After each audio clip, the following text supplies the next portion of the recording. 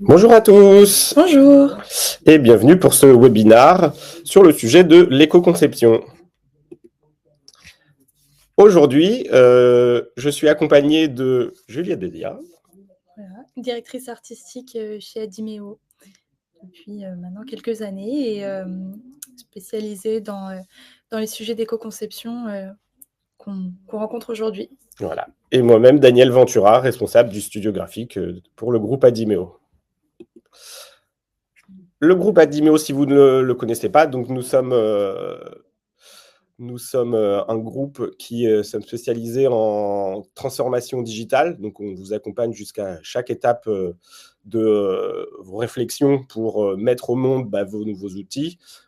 Et qui dit nouveaux outils, peut-être aussi de nouvelles organisations pour dialoguer avec vos utilisateurs, vos consommateurs et les collaborateurs en interne. Et nous créons donc des expériences digitales uniques. Pour cela, on s'appuie sur 4 piliers d'expertise. Historiquement, depuis maintenant 18 ans, Adimeo a commencé par la production technique, le développement, et autour de ça, donc, a consolidé les 3 autres piliers, qui est le conseil et la stratégie, le design et l'innovation, dont nous faisons partie, et le marketing digital. Aujourd'hui, l'objectif du webinaire, c'est essayer de faire un module assez pratique pour vous montrer comment on peut prendre le sujet de la mesure de l'impact environnemental d'un site web. Donc, on va essayer de faire en sorte que ça soit assez ludique. On a prévu voilà, 1 à plusieurs cas pratiques et voilà, on va dérouler ça. Donc, au programme, on va faire une courte introduction sur les impacts environnementaux du numérique. On va introduire la notion d'éco-conception dans cette définition. On va faire les cas pratiques et évidemment, on va vous parler donc, de bonnes pratiques de design pour régler les soucis qu'on aurait pu voir dans un audit.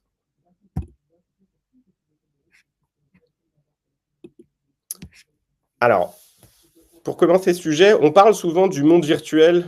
On parle souvent d'un monde virtuel, numérique, digital, la toile, comme si c'était impalpable, un peu dématérialisé. Or, cette dématérialisation, elle est bien palpable. On sait qu'il y a donc des data centers qui sont constitués de câbles, qui sont enfouis sous terre, d'antennes relais pour 3, 4, 5, bientôt 6G et toutes les fibres de connectique donc, qui nous permettent donc, d'avoir accès à Internet. Donc ces réseaux donc, sont consolidés dans des centres de données et nous avons avec nous voilà, des terminaux, des appareils électroniques et des objets connectés. Donc tout ça et toute la fabrication de ça a un impact et Green IT a listé les différentes ressources que toute cette production demande. Donc ça va de la ressource de minerais et de métaux aux ressources fossiles. Et donc ça a un impact sur voilà, le changement climatique avec des émissions de gaz à effet de serre, de l'eau et l'acidification de l'air. Alors, on a essayé de faire quelque chose de ludique. Donc, sur ces items, à votre avis, lequel a le plus d'impact en France? Si vous pouvez le mettre dans le chat, on vous laisse voilà, 30 secondes pour essayer de nous dire si c'est la réponse 1, 2, 3 ou 4.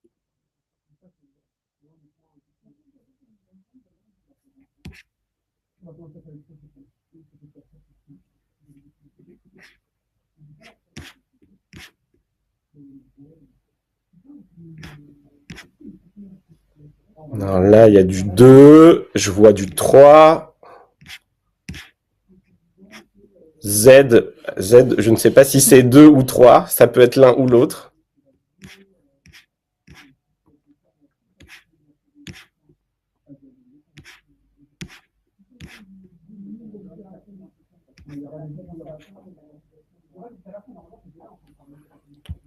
Ok, eh ben, merci pour cette participation.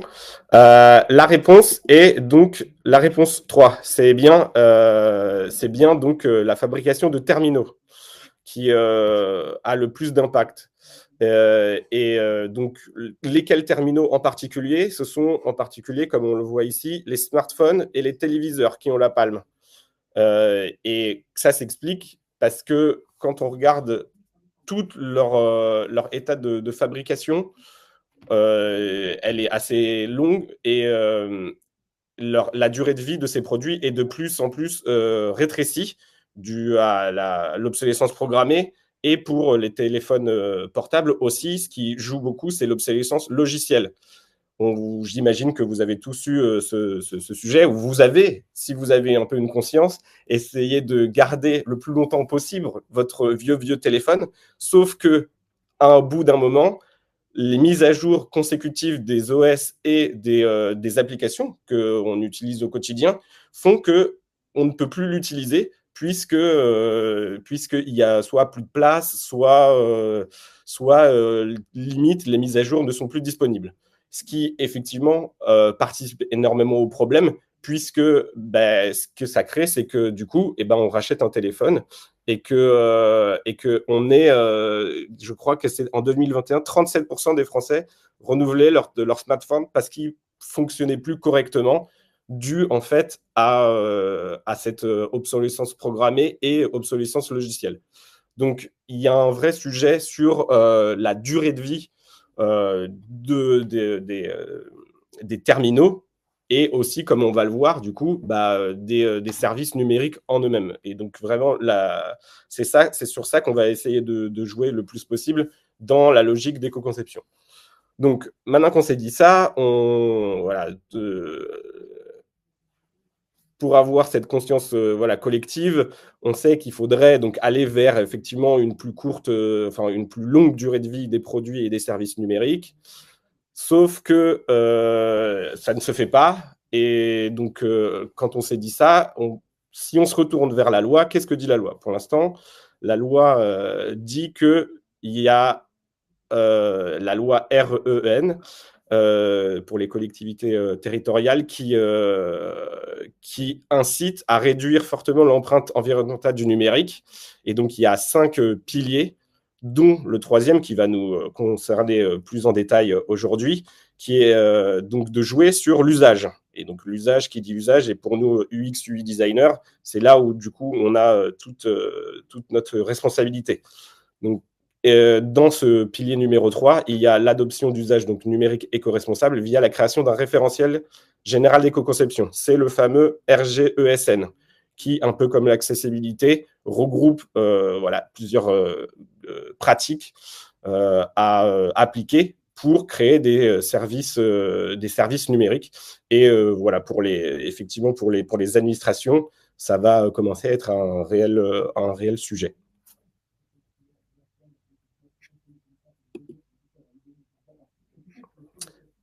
Donc, sur l'introduction à l'éco-conception, comme on l'a dit, pour faire virer toute la tendance, c'est sur l'usage qu'on va jouer.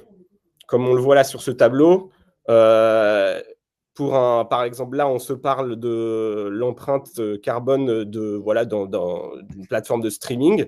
Donc, il y a la fabrication des data centers en eux-mêmes, l'usage de ces data centers, les réseaux, et on l'a mis hors périmètre, mais bon, tout ça, effectivement, donc il y a la fabrication, mais il y a aussi, du coup, la maintenance et la fin de vie. Où est-ce qu'on stocke tout ça et toute la filière pour valoriser les déchets de tout ça. Et donc, ici, on voit bien que l'impact environnemental est réel avec toutes les surcouches. Donc, ça va de la consommation de ressources abiotiques jusqu'à la consommation d'eau.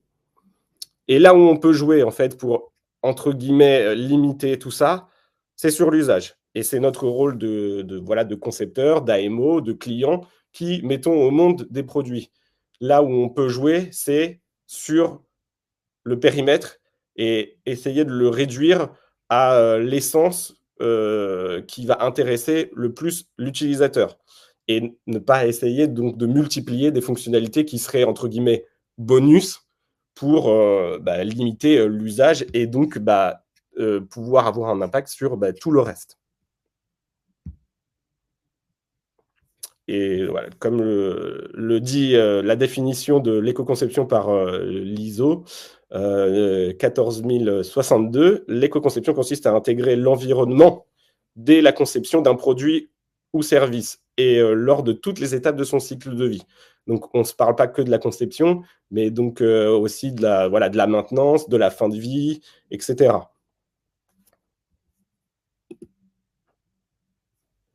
Donc, la démarche d'éco-conception, donc, elle se fait plutôt en 3 étapes. Il y a la définition de l'unité fonctionnelle qu'on va redéfinir plus en détail après, mais concrètement, l'unité fonctionnelle, c'est ce que les gens viennent faire sur vos sites Internet et les parcours utilisateurs primaires.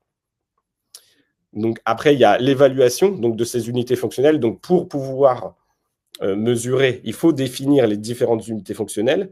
Ces différentes unités fonctionnelles, on peut les évaluer on peut évaluer leur impact environnemental.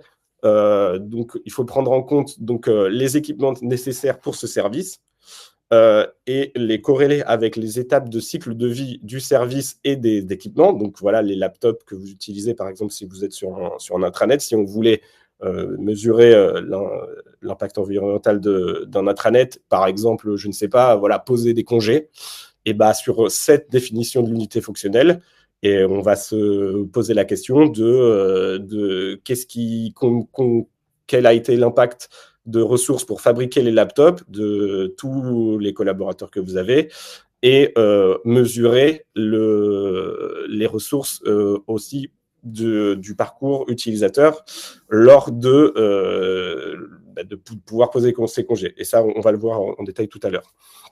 Et ici, on vous a mis donc voilà le cycle de vie. Il faut prendre en compte le cycle numérique, le cycle de vie du service numérique, donc de sa réalisation jusqu'à sa fin de vie, mais aussi donc la fabrication de l'ordinateur, donc des matières premières, le transport, la distribution, l'utilisation, la valorisation et la fin de vie. Et donc ça, c'est la partie évaluation de l'impact environnemental de l'éco-conception. Et après, en 3e dimension, il y a la démarche d'amélioration continue. Donc, quand on a évalué, il faut mettre en action les améliorations qu'on a pu trouver pour pouvoir réduire les impacts. Donc, comme je l'ai dit, l'unité fonctionnelle, c'est une dimension très importante pour nous en UX et en UI, puisque c'est la fonction principale du service. Donc, ça peut être, par exemple, acheter une place de concert, rechercher un numéro de téléphone, voilà, prendre un rendez-vous chez le médecin, consulter son compte en banque, regarder une vidéo pendant 10 minutes. Ça va être notre fil rouge qui va nous permettre après d'évaluer l'impact grâce à des outils.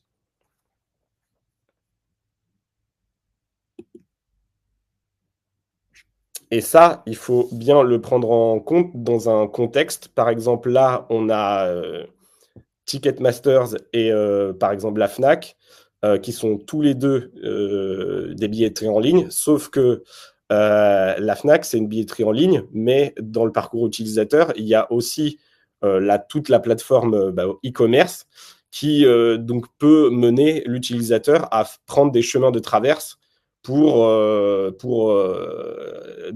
réserver son billet. Et donc, on ne va pas avoir évidemment les mêmes... il y a évidemment des effets de bord. Et donc, ça aura plus d'impact puisque l'utilisateur va probablement se balader sur plusieurs pages du site. Si le parcours utilisateur est travaillé dans ce sens-là. C'est-à-dire qu'on pourrait avoir un parcours assez balisé pour réduire cet effet de bord. Et on ne peut pas comparer juste 2 pages d'accueil, ça n'a pas de sens. Il faut évidemment comparer le parcours utilisateur en entier. Parce que si on le fait que page par page et essayer de comparer, ça ne va pas donner grand-chose. Donc évidemment, plus on intervient tôt sur l'expression de besoin et la conception fonctionnelle, et plus l'effet de levier est fort en termes de réduction de l'empreinte environnementale. C'est ce qu'on dit, et on touche évidemment au périmètre du produit numérique. Et donc, c'est pour ça que c'est à la stratégie. Quand l'expression de besoin est posée, il faut vraiment se poser la question même de l'utilité même à chaque fois que vous souhaitez poser une fonctionnalité, puisque ça va évidemment mécaniquement jouer sur tout le reste. Donc, on va rentrer sur la partie outils et comment donc on peut évaluer cet impact environnemental. Pour cela, on vous propose un cas assez concret donc d'une unité fonctionnelle qui serait sur le site voilà, impôts.gouv de rechercher des informations sur une demande de remboursement de crédit TVA. Voilà, on imagine qu'on est par exemple freelance et qu'on approche dangereusement de la limite du CA qui fait qu'on va devoir ajouter la TVA à nos factures. Donc peut-être ou pas qu'on aimerait mieux que ça n'arrive pas, ou en tout cas, il faut s'y intéresser. Donc, on va faire le parcours pour voir comment on peut arriver à cette information. Et on va aussi vous montrer donc sur ce parcours, comment on va identifier l'impact environnemental. Pour ça, on va utiliser l'outil Green IT Analysis. Donc, c'est un add-on que vous pouvez mettre sur votre navigateur et on va vous expliquer comment y accéder. Et donc, il nous permet de calculer voilà, le score Eco-Index qui est sur une note de A à G et qui prend en compte 3 indicateurs qui est le nombre de requêtes, le poids de la page et la complexité de la page du DOM, qui est en gros la longueur et la complexité du code que vous avez. Et qui permet en plus de montrer très rapidement où est-ce que les 115 bonnes pratiques qui ont été posées par Green IT sont respectées ou non. Donc un outil très utile pour faire ce genre d'exercice. Donc sans transition, on va vous montrer le parcours. Donc on va passer par la page d'accueil, on va passer par la page professionnelle. Il y a aussi une page « Gérer mon entreprise association » et c'est là qu'on va commencer à trouver la réponse. Donc, je demande un remboursement et après, l'article en lui-même, comment faire une demande de remboursement TVA. Donc, on a 1, 2, 3, 4, 5. Voilà, on l'a fait un peu arbitrairement. Un utilisateur pourrait multiplier par 2, par exemple, ce parcours-là. C'est juste pour la simulation de l'exercice où on a balisé voilà, le parcours.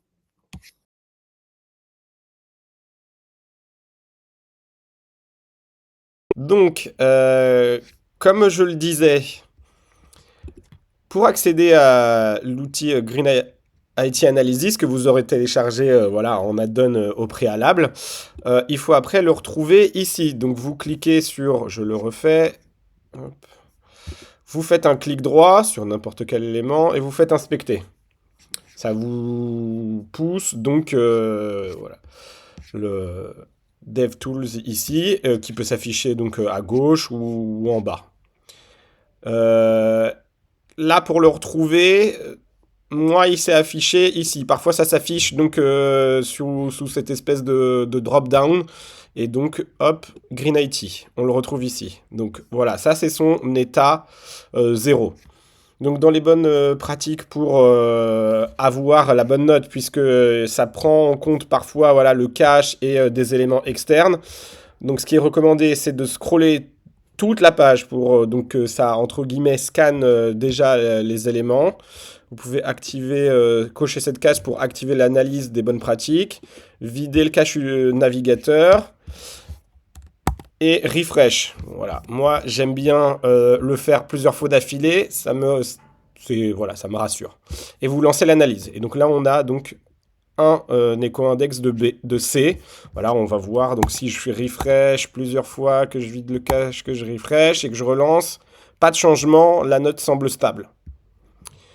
Donc ça, c'est la première page du parcours qu'on voulait analyser. Et donc, on clique, comme on le disait, sur « Sauver l'analyse ». Après, donc, dans le parcours de notre freelance qui cherche à savoir comment faire une demande de TVA. Donc, lui, il va se poser la question, bon, voilà, et je vais chercher ici, qu'est-ce qu'il y a ? Accompagnement, les droits à l'erreur, les études statistiques, payer vos impôts, c'est pour les particuliers. Voilà, j'ai l'impression que c'est un peu un truc de pro. Bref, payer une amende, non. Trouver un point de... Non. Question. Après, il pourra aller ici, mais bon, pour le parcours et être pragmatique, voilà, on va dire qu'il va aller. Moi, je suis plutôt en professionnel, pas en particulier. Donc, je vais sur professionnel. Donc là, on est à la seconde page. Donc, pareil, on va scroller. Et vider le cache, refresh, scroller, lancer l'analyse. Et on est toujours sur C. Et donc, on va, sauver l'analyse. On repasse maintenant en parcours utilisateur. Donc, je cherche, voilà, réforme des impôts. Ici, il n'y a rien sur la TVA et comment je paye ma TVA. Donc, je scroll.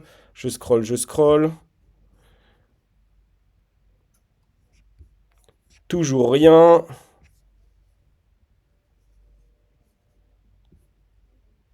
Toujours rien. Et si je reviens ici, comment faire pour créer mon entreprise? Exercer une activité. Ah, j'accède à mon espace sécurisé. Mais du coup, bah là, mettons que j'en ai, voilà, que j'en ai pas, que je suis au début de ma réflexion. Bah du coup, voilà, je vais pas là-dessus. Gérer mon entreprise, association. Pareil, hop, on va scroller, on va vider le cache, on va lancer l'analyse. Et là, on a B, effectivement, cette page, pour le coup, est assez sobre. Et là, je vois donc, je demande un remboursement TVA. Donc là, on commence à approcher au but. Donc hop, pareil, tac, on vide le cache, on refresh, on lance l'analyse. On est aussi sur B là-dessus. Oui, j'ai bien sauvé l'analyse. Et donc là, je commence à avoir le début de l'information. Et là, je vois que dans vos questions, nos réponses, comment faire ma demande de remboursement de crédit TVA.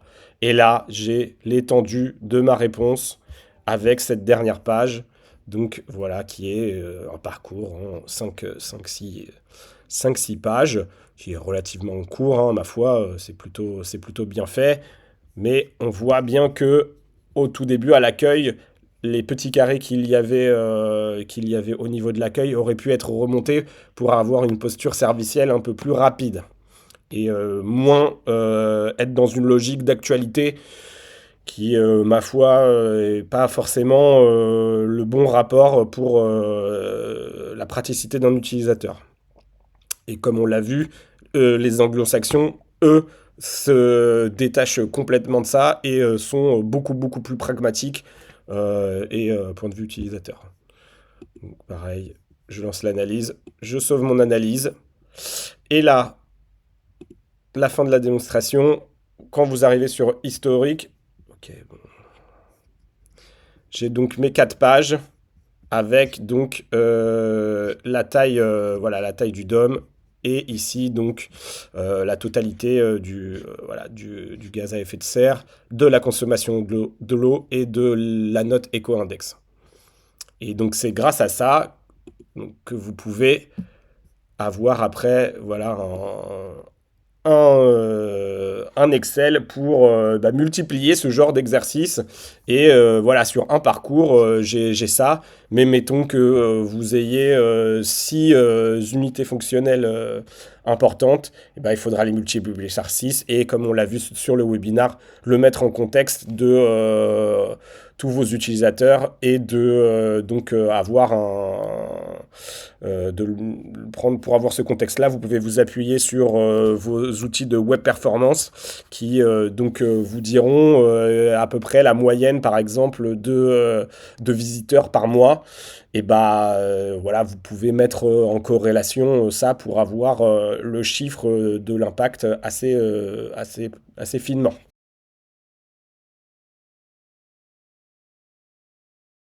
Sur historique, vous allez avoir une page qui va regrouper donc ligne par ligne les pages du parcours que vous avez analysé, avec encore une fois le nombre de requêtes, la taille de la page, etc., etc. Et la note. Donc ça vous donne un peu comme une note moyenne. Donc là, on serait plutôt sur une moyenne de C, entre guillemets. Mais bon. Et donc après, vous pouvez l'exporter en Excel ou en Excel pour pouvoir jouer avec la donnée. Donc là, sur ces 5 parcours, par exemple, qu'est-ce que ça dit? Ça dit que donc on a en tout 7,94 grammes de CO2 et 11 centilitres d'eau consommée. Sauf que bon, ça nous fait une belle jambe parce que ça, c'est une mesure qui est faite sur uniquement un utilisateur. Et ça, il faut le mettre dans son contexte. Imaginons que sur une journée, sur les 37 millions de foyers fiscaux recensés en 2027, il y ait par exemple sur une journée, donc 1 million de visites. Et ah oui, vous l'avez juste en dessous. Et voilà, évidemment, donc il faut multiplier par 1 million. Donc tout de suite, on n'est pas sur le même, sur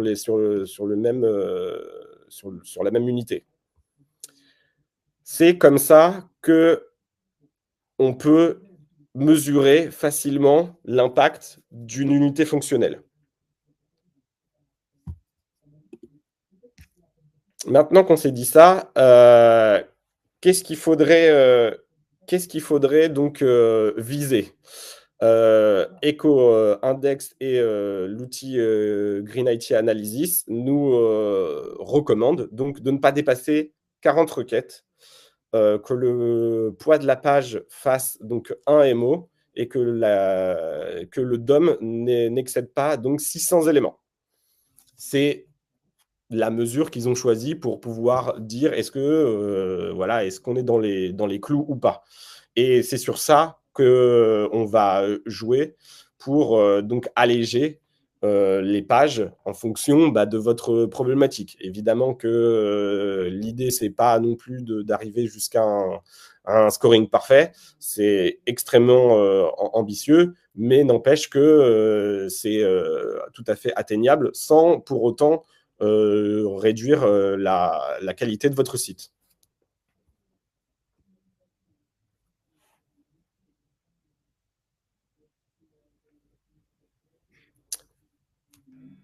Nos animateurs nous proposent de filmer la démonstration et de pouvoir l'intégrer plus tard en replay pour que vous ayez tout de même la démonstration au complet. Donc maintenant qu'on s'est dit ça, on peut pas. Donc imaginons que vous ayez donc fait votre analyse et là va se poser la question. Bon très bien, on a une moyenne de C, mais maintenant comment on fait pour être en amélioration continue et proposer des choses pour le réduire? C'est là que je vais laisser apparemment. Alors, tout d'abord, on voulait vous présenter un petit peu quelques exemples pour voir si déjà vous pourriez vous-même voir comme ça un petit peu à vue d'œil ce qui peut ne pas aller.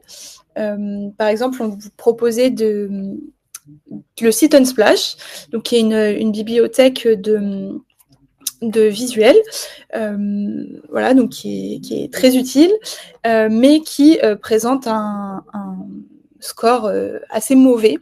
Donc voilà, je ne sais pas si vous voulez participer. Est-ce que vous pouvez remarquer déjà comme ça des petits points qui pourraient être la source de cette mauvaise note?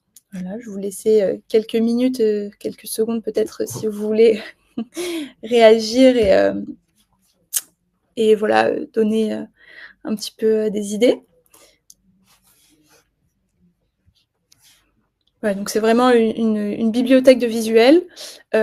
Donc on est sur un parcours qui est quand même relativement simple, mais qui pose des petits soucis.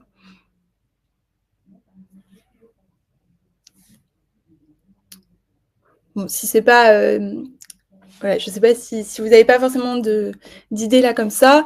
Donc je vais vous expliquer un petit peu. Unsplash donc présente plusieurs gros points qui sont assez négatifs et qui pourraient être améliorés. On va avoir notamment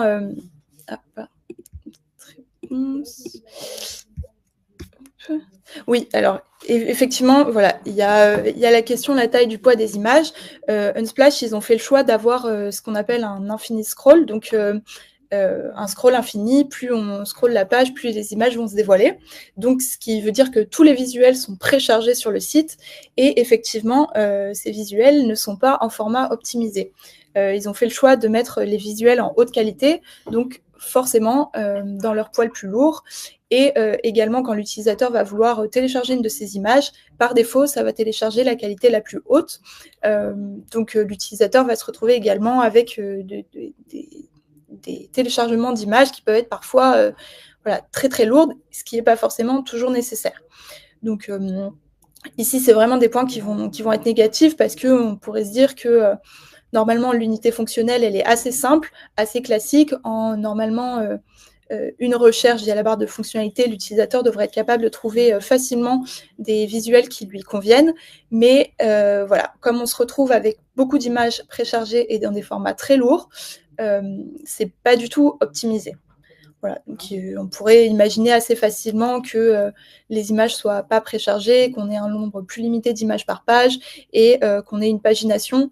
Donc voilà, si l'utilisateur, dans les 20 premiers résultats, il trouve la photo qui lui convient, on n'a pas besoin de télécharger, enfin de précharger sur le navigateur une centaine d'images.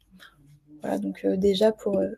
Globalement, voilà. Il y a peu de grosses pratiques à complètement supprimer, mais l'infinite scroll, pour le coup, elle met tout le monde d'accord. C'est vraiment celle qu'il faut vraiment enlever au profit d'une pagination. Et du coup, ça vaut également pour d'autres types de contenus sur les sites où on va avoir des actualités, des événements, etc.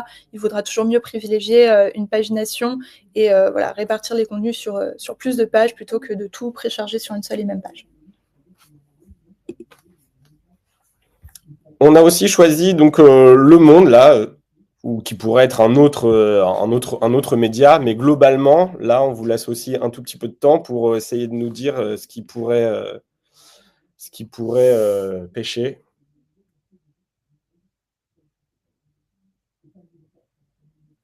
Et en attendant, est-ce qu'il y a d'autres outils? Il y a en fait son pendant plutôt en page, c'est EcoIndex. Sauf que EcoIndex ne permet pas de pouvoir faire cet historique et donc d'analyser un parcours. C'est qu'après, vous allez devoir le faire à la mano et donc c'est quand même tout de même plus pratique d'utiliser l'add-on Green IT Analysis.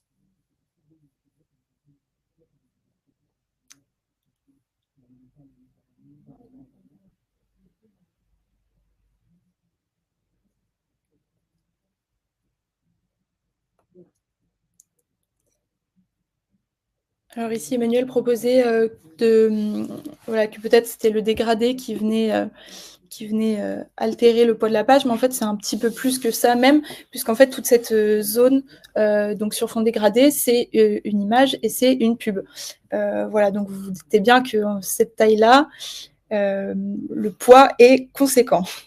Et au-delà du poids, en fait, là où ça va jouer, c'est sur les requêtes. Voilà, j'ai observé hier et on est à plus en moyenne sur ce genre de page, on est à 5000, là où en gros on devait être à bien moins que ça. Donc clairement, c'est là où ça fait pêcher, puisque le poids des images à l'intérieur même et pas là quand on le voit ici qu'on scrolle, et là pour le coup plutôt optimisé. Mais effectivement, celle-ci a pas mal de poids. Et voilà, ce qui pêche, c'est vraiment donc les requêtes de publicité. On peut se poser aussi la question de, même en termes d'expérience utilisateur, est-ce que voilà, ça viendrait pas perturber la lecture de l'article? Bien entendu, on comprend les volontés de publicité. L'idée, c'est pas de dire que la publicité c'est mal et qu'il faut la supprimer totalement, mais peut-être qu'il y a une manière plus créative et intelligente de relier donc le contenu et son intérêt avec l'intérêt des marques. Et donc oui, sur cet exemple-là, clairement, c'est les requêtes. Donc, plus globalement, sur toutes les bonnes pratiques qu'on peut essayer d'appliquer pendant la phase de conception pour avoir un site qui est éco-conçu. Déjà, tout d'abord, ce serait repartir en fait de justement les unités fonctionnelles dont vous parlez, Daniel, tout à l'heure. Donc, l'idée, c'est de les définir au préalable, en fait, tout simplement. Quand on conçoit un site, l'important, c'est vraiment de se focaliser sur qu'est-ce que l'utilisateur va venir chercher sur mon site et comment est-ce que je peux lui apporter. Et du coup, ça va permettre voilà, ayant bien en tête ces unités fonctionnelles-là, de simplifier au maximum et d'optimiser les parcours utilisateurs.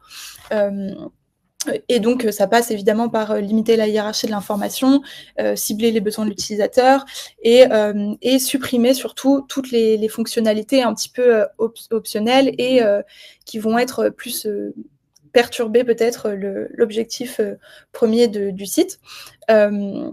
Donc là, par exemple, on peut voir le site du gouvernement du Royaume-Uni qui est voilà, très, très sobre, mais qui a vraiment pour but d'aller à l'essentiel. Puisque tout à l'heure, Daniel, vous faisait la démonstration du coup, essayer de vous faire la démonstration du plugin Green IT, mais voilà, l'idée, c'est aussi que, par exemple, sur le site des impôts, il y a beaucoup, beaucoup d'informations. Et si le parcours que vous présentez, Daniel, il était en 5 étapes, mais on peut vite se retrouver dans une boucle où l'utilisateur ne parvient pas à chercher, à trouver l'information qu'il vient chercher. Et du coup, on va avoir plusieurs comportements. Soit l'utilisateur va abandonner, va quitter le site, et le parcours n'aura même pas abouti à ce que cherchait l'utilisateur. Ça peut aboutir à un échec. Voilà. Ou alors, l'utilisateur va trouver l'information qu'il souhaite, mais il aura peut-être dû passer par des pages qui n'étaient pas intéressantes pour lui et qui vont rajouter du poids et des émissions un peu, entre guillemets, pour rien. Donc, l'idée, c'est qu'en simplifiant au maximum les parcours, l'idée, c'est de faciliter ça et d'alléger le temps, et enfin, peut-être pas tellement le temps, mais l'impact que va avoir l'utilisateur sur le site. Et pour ça, il y a donc une technique, enfin, c'est pas une technique, mais c'est une démarche, c'est la démarche donc des top tasks. Donc, nous, on le traduit en tâches utilisateurs primaires. Et effectivement, là, par exemple, ça serait donc, je sais pas, là, ça serait find a job. Donc là, pour le site des impôts, ça serait avoir très haut dans la page, par exemple, dans la page d'accueil ou sur un élément même structurant comme la navigation ou à l'intérieur de la navigation, un recensement des tâches les plus importantes et en gros, qu'est-ce que les gens viennent faire le plus souvent sur le site. Donc, effectivement, ça demande un dispositif où on analyse par des données assez régulièrement ces tâches primaires, de les recenser et du coup de leur donner un espace très visible sur la navigation. Donc là, c'est ce qu'on voit. Ils ont analysé toutes les demandes et donc voilà, les demandes, c'est les choses que les gens, les services et informations que les gens viennent chercher en priorité, elles sont rangées en benefits, births and deaths, business, etc., etc. Et voilà, donc l'idéal, c'est évidemment de tenir compte de ça au moment de la conception, mais c'est aussi des choses qui peuvent être ajustées avec les tests utilisateurs, évidemment aussi avec, une fois que le site est sorti, avec les statistiques de fréquentation et d'usage. Et ça permet de voir, en fait, tout simplement, et d'avoir des données sur est-ce que cet élément que j'ai mis sur la home, il est pertinent, est-ce que les utilisateurs trouvent facilement ce qu'ils cherchent et d'ajuster du coup peut-être les parcours en conséquence. Donc, voilà. Donc ensuite, ce qui est peut-être plus de la partie UI et direction artistique, ça a un impact aussi qui peut être très fort, puisqu'on parlait d'Unsplash et du poids des visuels. Je pense que c'est un secret pour personne que ça peut être un gros problème dans les chargements des pages.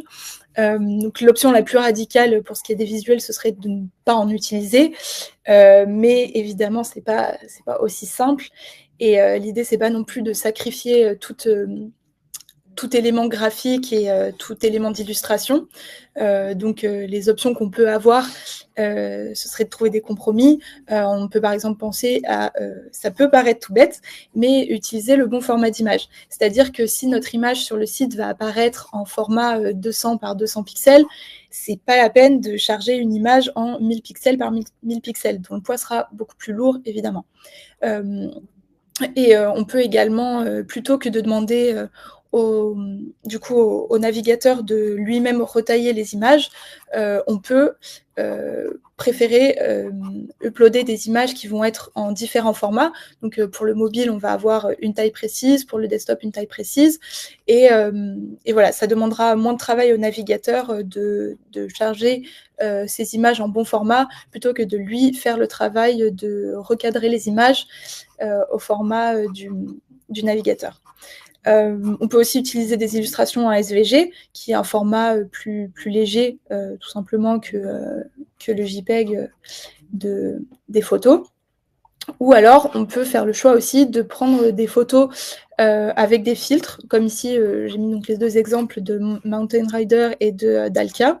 Eux, ils ont tous les deux fait le choix d'utiliser déjà des filtres donc, qui utilisent que des couleurs donc bleues et blanches et vertes et beige pour Dalkia. Donc ça fait forcément les images sont moins lourdes, mais je ne sais pas si on s'en rend bien compte là avec les captures d'écran, mais ils ont aussi tous les deux fait le choix d'appliquer en fait des filtres qui dégradent volontairement l'image, puisqu'ils ont rajouté du bruit ou voilà. Et ça permet en fait également d'avoir une image qui est un peu dégradée, mais de donner une esthétique volontairement dégradée et d'avoir des images qui peuvent être chargées en moins bonne qualité, entre guillemets, que si elles étaient nettes. Voilà, et c'est, je trouve, un point assez intéressant à envisager, puisqu'il permet d'avoir une direction artistique, en fait, et des partis pris très forts, tout en optimisant un petit peu cette problématique-là. Voilà.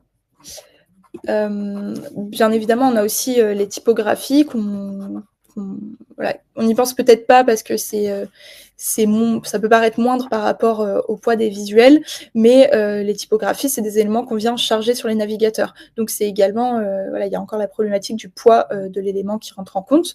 Et pour ça, l'idéal, c'est soit d'utiliser les typographies qui sont préinstallées sur les terminaux et par conséquent qui vont demander très peu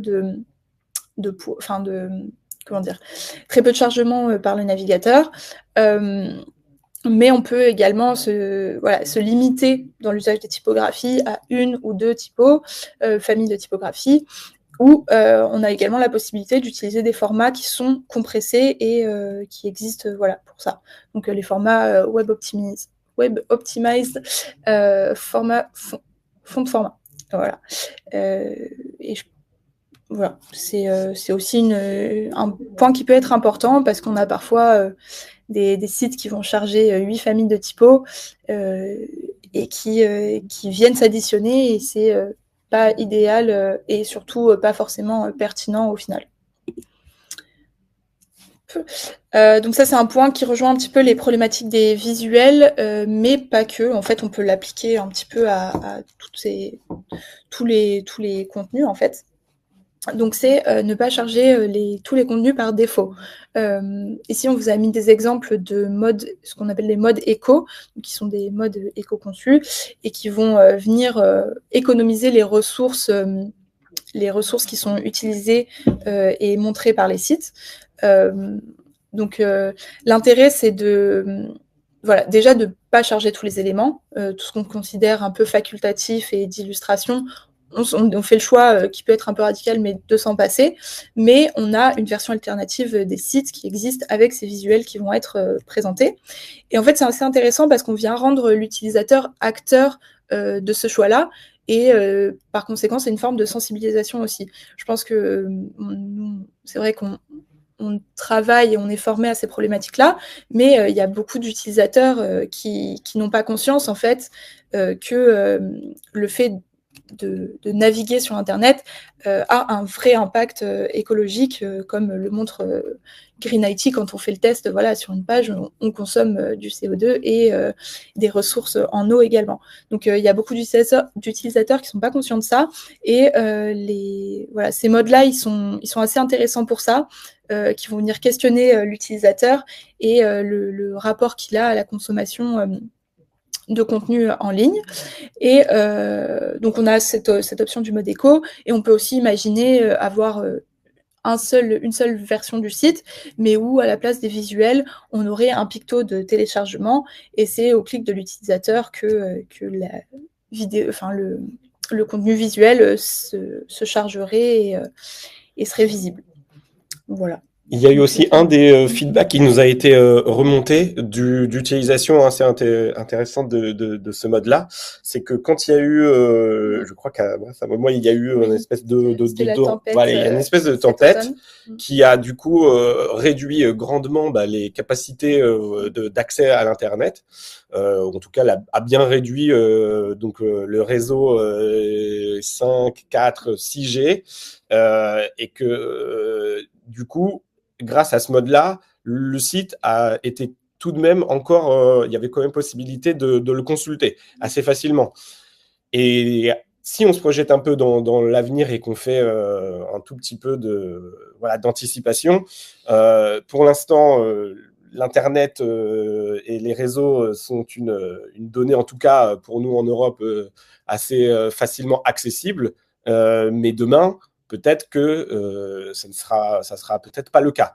Et donc, comment on assure des services numériques alors que ça sera peut-être plus la panacée. Voilà, on peut se poser la question. Et en fait, la réponse est là. On peut déjà l'anticiper, puisque en tout cas, des modes de connexion très, très basses peuvent être possibles avec les bonnes pratiques. Voilà, voilà. On peut évidemment vous accompagner sur tous ces sujets, donc de l'audit au conseil de la stratégie à la production. Et on va passer maintenant aux questions. Puisque on vous a mis des questions en favoris.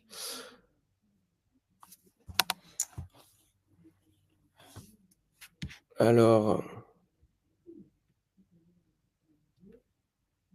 est-ce qu'on fabrique beaucoup de téléviseurs et de téléphones en France ? La question, c'est pas forcément si on les fabrique, mais qu'on les utilise déjà.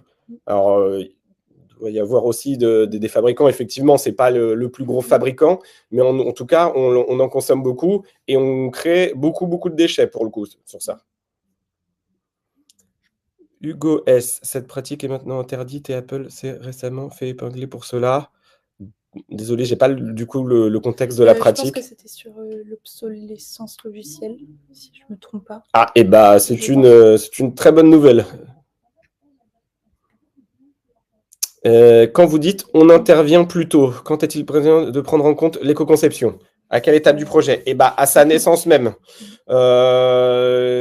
Quand vous vous posez la question ou quand vous devez surtout, par exemple, créer un cahier des charges pour une refonte, si vous voulez faire une amélioration continue, ou si vous... En fait, il y a ces 3 étapes, il y a 3 cas de figure. Est-ce que vous êtes dans un cas où vous devez créer un nouveau service numérique, type, start-up, vous voulez lancer, je ne sais pas, par exemple, un service de réservation de cours de sport en ligne. B, vous voulez faire une refonte. Vous avez un site et vous voulez faire une refonte. Vous allez mettre un cahier des charges pour la création du site ou du service. Et vous allez vous poser la question de qu'est-ce que je vais proposer à mes utilisateurs par rapport à ma proposition de valeur. Déjà, la proposition de valeur, c'est là où il faut se poser la question. Est-ce qu'il y a une utilité ? Et donc, 3, l'amélioration continue. Est-ce que l'amélioration continue répond bien à un besoin qui va être utile, ou alors est-ce que c'est entre guillemets une petite cerise sur le gâteau qui serait intéressante? Et toute la question se porte au niveau de l'utilité. Est-ce que c'est utile? Pour savoir si c'est utile, pour ça, il faut faire de la recherche utilisateur, donc, qui est effectivement dans la méthodologie UX. Donc, vous avez toute une batterie de possibilités pour savoir si c'est la question de l'utilité. Si vous êtes dans la dimension A, création d'un nouveau service, et ben, vous pouvez faire passer des sondages, donc voilà, des questionnaires quali, et du coup avoir plein de données en quanti, faire passer des interviews individuelles utilisateurs, ou si vous voulez un peu regrouper vos œufs dans le même panier, vous pouvez faire des focus group. Et à toutes ces étapes-là, donc vous allez avoir donc votre idée de alors nous on aimerait bien avoir telle fonctionnalité. Et ben il faut poser la question aux utilisateurs, est-ce qu'ils seraient intéressés d'avoir cette fonctionnalité ou pas. Si ça représente une satisfaction moyenne ou mineure, voire pas du tout, et bah, vous avez votre réponse. Vous ne mettez pas ça dans votre cahier des charges. Et je pense que dans tous les cas, c'est important. Donc nous, c'est vrai qu'on s'est un peu plus focalisé sur la partie conception UX/UI, mais dans tous les cas, il y a des bonnes pratiques à tous les aspects du projet, durant toutes les étapes. Voilà, dans la partie aussi plus fonctionnelle et technique, il va y avoir des éléments qui vont être importants aussi dans la façon dont c'est développé. Daniel a rapidement parlé du DOM, mais voilà, la structure du code, etc., va également être très importante. Et du coup, c'est pour ça que le plus tôt on en tient compte, le plus tôt toutes les étapes vont réussir à... Enfin, l'éco-conception va être tenue compte dans toutes les étapes, et ça va aussi faciliter le fait d'avoir un rendu final qui est cohérent avec les enjeux et les objectifs. Et au-delà de ça, on a aussi une part importante de sensibilisation à faire à travers ça. Parce que voilà, les clients sont pas toujours, quand on est dans des cadres de refonte, sont pas encore toujours aujourd'hui tous conscients des enjeux, même si ça commence justement avec les lois à changer et à devenir des questions un peu importantes dans la conception des produits digitaux. Nous, on a voilà, des éléments clés à apporter pendant la phase de conception, et du coup, c'est important de bien s'assurer de ça en fait à toutes les étapes du projet. Et voilà, ça passe par la conception UX, UI, par les tests qu'on fait, par les développements qui sont faits derrière, et voilà. Exactement. Et évidemment, le plus tôt, quand on dit le plus tôt, bah, c'est même à la stratégie même, voilà, au niveau de la stratégie. Je ne sais pas, quand vous êtes globalement d'entreprise et que vous avez par exemple des ambitions à, je ne sais pas, 2028, si une idée pop il faudrait créer une plateforme XY, là je le fais comme ça, je le sors de mon chapeau, et se poser la question, est-ce que ce service XY a vraiment une utilité, ou est-ce que c'est pas un effet de com'? Et si on y va, donc même si c'est un effet de com' et qu'on considère que c'est important pour l'ambition de l'entreprise, aucun problème. Mais on peut tout de même jouer sur donc en gros la liste de courses que vous voulez y mettre, et donc le périmètre du projet. Y a-t-il d'autres outils comme GreenIT que vous recommanderiez? Donc on a répondu à ça, c'était plutôt EcoIndex, mais GreenIT reste encore aujourd'hui le plus pratique en Europe. Dans un projet de refonte, combien de X, je ne sais pas, faut-il pour créer un nouveau projet en éco-conception? Il va me manquer une donnée pour répondre à cette question-là. Mais globalement, en fait, au-delà de il n'y a pas encore de recette bien précise de voilà, un site éco-conçu, voilà, c'est ça, il faut prendre dans son contexte, et comme je le disais, se poser vraiment la question de l'utilité.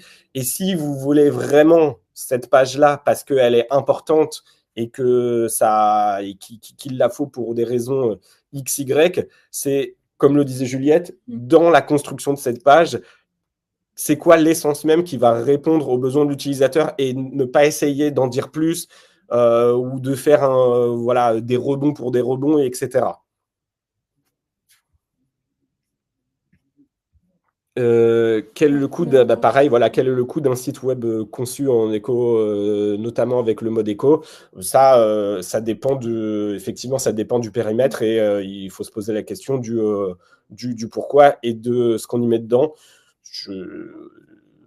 Emmanuel C, je vous invite du coup grandement à nous fournir vos questions par email pour qu'on puisse peut-être vous recontacter si vous avez besoin d'une réponse un peu plus précise.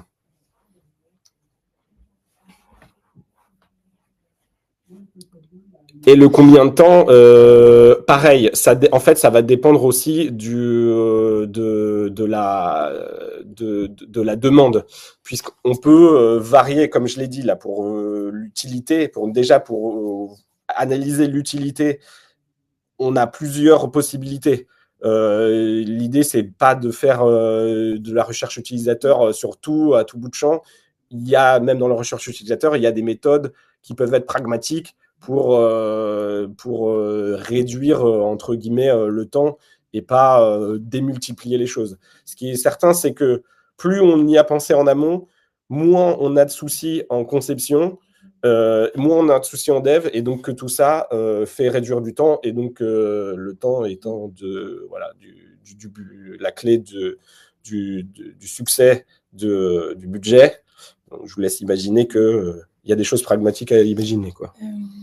Nos éco-index ou nos indicateurs de web performance sont fortement impactés par la mise en place de tags tiers partenaires pour lesquels nous ne maîtrisons pas le code. Quelles seraient vos recommandations sur ce sujet?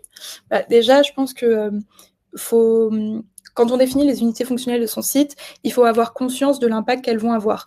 Daniel disait tout à l'heure en introduction que c'était pas pertinent de comparer deux homepages de sites totalement différents qui n'ont pas les mêmes fonctionnalités et les mêmes ambitions. Pour certains sites, ce sera beaucoup plus facile que pour d'autres d'avoir un éco-score B. Voilà. Et c'est important de bien avoir conscience que, en fonction de ce qu'on va vouloir proposer aux utilisateurs, peut-être que le maximum qu'on pourra atteindre, ce sera une notation de C, et qui sera du coup le mieux en fait de ce qu'on peut proposer. Et voilà, ça restera un gros effort et quelque chose de très bien. Et voilà, si la contrainte, c'est que on a justement ces tags tiers, ces partenaires qui vont impacter le site, l'idée, c'est de se dire ça, on peut pas l'améliorer. Donc, qu'est-ce qu'on peut améliorer autour pour que la note générale soit meilleure? Et voilà, l'idée, c'est aussi de composer avec les contraintes qu'on a. Effectivement, il y a certains sites qui vont avoir des arborescences qui vont être tellement importantes qu'elles vont impacter la notation. Mais voilà, c'est pour ça que c'est important de définir ses ambitions en fait au préalable et d'avoir bien conscience que même avec toute la bonne volonté du monde, on n'aura pas une notation A, parce que une notation A, c'est très très ambitieux. C'est pas de site en fait, tout simplement. Dès lors qu'on va avoir des requêtes, etc., ça va assez vite. Donc, si on n'a pas la main sur certains éléments, c'est les éléments autour qu'il va falloir chercher à impacter et à réduire voilà, l'impact, tout simplement. Pour le sujet de la web performance, alors nous on est au design, donc on n'est pas expert sur ce sujet. Néanmoins, ce que je sais, c'est que s'il fallait choisir un des outils qui est le plus pragmatique sur ce sujet est Matomo. Donc, s'il fallait en choisir un. Et maintenant, pour la mise en place des tags tiers et partenaires pour lesquels vous ne maîtrisez pas le code, et bah ça, oui, effectivement, c'est un peu embêtant. À part, effectivement, de voir si vous ne pouvez pas les remplacer par des partenaires qui soient, entre guillemets, un peu plus RSE. Et donc, évidemment, hein, si, comme le disait très justement Juliette, hein, si vous êtes dans cette contrainte-là, et l'idée, c'est pas d'être dans la culpabilisation, mais c'est de chercher donc, des effets de bord autour. Mais en tout cas, ce qui est sûr, c'est que les équipes Adimeo du marketing digital auront beaucoup plus la réponse que nous au design là-dessus, mais je sais déjà que Matomo est plus au fait pour gérer ces choses-là. Non, c'est voilà, Thomas D, c'est la deuxième option, Matomo. Et oui, dur de remplacer, oui, j'ai Google Tag Manager, effectivement, mais il y a des alternatives et c'est voilà, et en fait c'est là en fait au début de votre dispositif, en fait c'est peut-être au début dur, mais Matomo a des bons résultats et au global, donc si en tout cas, ce qui est sûr, hein, c'est que cette dimension d'éco-responsabilité, il faut la choisir effectivement très en amont. C'est pas si vous voulez vraiment être très très très bon élève, il faut vraiment la prendre en considération ou vraiment à sa naissance du projet. Et il faut même élire, voilà, comme les DPO, un espèce de sobriété de champion pour accompagner ce projet en interne dans sa stratégie et être le fer de lance pour vous aider possiblement à débloquer des situations et vous apporter des arguments pour que à chaque étape du projet, on puisse se dire qu'est-ce qu'on peut faire pour aller vers plus de sobriété, parce que c'est vraiment des petits coups par petits coups, mais c'est quand même dans son essence même au début du projet qu'on se pose la question. Et il faut en faire de lance pour accompagner à chaque fois ce sujet pour que dans les organisations, le soufflet retombe pas. On comprend évidemment la complexité que ça implique en accompagnement au changement, hein, on est complètement là-dessus, mais dans l'accompagnement au changement et l'accompagnement donc de la naissance de votre produit numérique, il faut dans le dispositif, dans le casting que vous avez, dans l'équipe projet, des gens qui vont donner de l'énergie pour qu'on puisse toujours se poser cette question-là. Pourquoi? Est-ce que c'est utile? Est-ce qu'on ne pourrait pas améliorer? Est-ce qu'on ne pourrait pas réduire? Est-ce que ça, c'est vraiment intéressant? Effectivement, ça demande des discussions. Et après, c'est effectivement un sujet voilà, passionnant sur lequel voilà, nous, on aimerait tous vous accompagner. Mais oui, je pense qu'il est là aussi le nœud du problème. C'est que ça doit être une volonté humaine. On se parle de produits digitaux, mais ces produits digitaux, ils sont créés, designés, pensés et réfléchis par des humains. Au final, c'est voilà, une aventure humaine. Voilà. Merci à tous pour ce webinar. Pour les prochains webinars, on se retrouve plutôt en septembre avec, alors du coup, on ne voit pas très bien, développer plus vite et avec plus de qualité les applications Symfony. Et pourquoi choisir l'IA et le CMS HubSpot pour la refonte de votre site. Merci à tous. Vous allez recevoir donc un lien qui va vous mener à une landing page pour nous donner vos commentaires pour qu'on puisse s'améliorer, car nous sommes nous-mêmes dans une logique d'amélioration continue et on espère pouvoir s'améliorer de jour en jour. Voilà, là c'est un nouveau format qu'on a essayé. Il y a eu un petit loupé, mais du coup, maintenant, pour la suite, on le sait, par exemple, et on espère vous revoir très vite. Merci beaucoup.